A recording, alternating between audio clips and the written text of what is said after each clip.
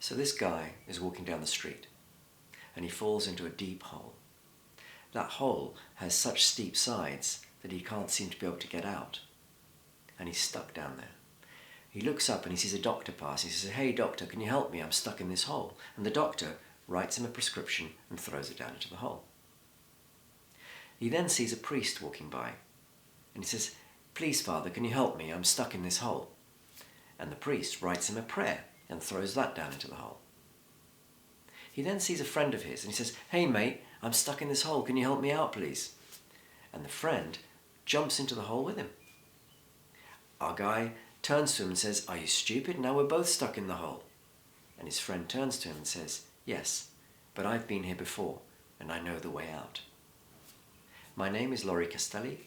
I'm a human Gibbons therapist, and this little talk is about the power of storytelling. Stories are a central part of our lives. We just have to look at how much we enjoy movies, TV shows, books, etc. But stories are much more than entertainment. We are storytelling animals. We like to think of ourselves as sort of rational beings that weigh up the facts and then make decisions on the basis of those facts. But much more often than not, what we're doing is looking for the facts that confirm the stories that we have already told ourselves and about the world. Stories are the way that we create meaning. Our emotional world, our emotional life, isn't interested in facts. It's interested in meaning. Now, when we are suffering from anxiety, depression, or other emotional distress or disorders, it's as if we're in the grip of some negative stories, and these come up a lot in therapy sessions. The story that we're unlovable, the story that we're unworthy, the story that the world is a dangerous place, that there's no point, that we're inferior to other people. These are conditioned narratives. And I say conditioned because we weren't born with those stories in our heads. We learned them. And sometimes we learn them from our caregivers, from our parents, from our schools or our environment, our workplace, or even from the media that embeds these stories into us and they become woven into the fabric of our sense of self. If they are often just a habitual way of thinking or a habitual way of creating meaning around the world, good therapy can sometimes gently challenge that. It can bring those stories to the surface, allow us to see them for what they are as stories, and then look at other narratives that are better at explaining the world and much more positive. And that can work really well, but it's rarely that simple. The stories we tell ourselves, even if they are negative and destructive, are often the way that we've explained negative events or trauma or emotional difficulties in our lives, and therefore they become embedded in our belief system and in our sense of self.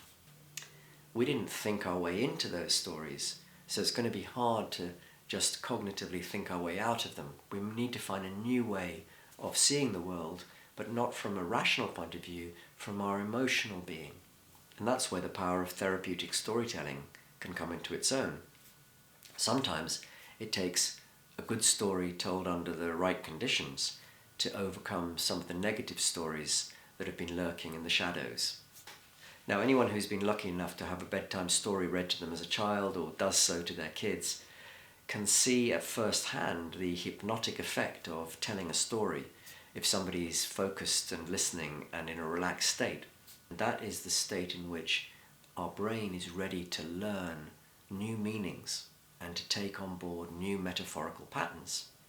Because it's not about the information that's being passed, but about the overall meaning that is being absorbed when we're in a really relaxed and focused state.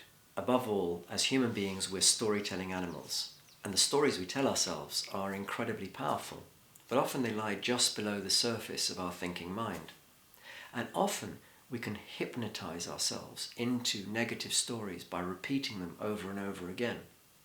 So I would encourage us, all of us, to recognize and bring to light those repetitive storytelling elements that we have within us and start to question who taught them to us, where did we learn them, should we listen to them, and above all, could there be a more positive and better explanation of the world and our role within it? Because let's remember that the stories we tell ourselves are what we become.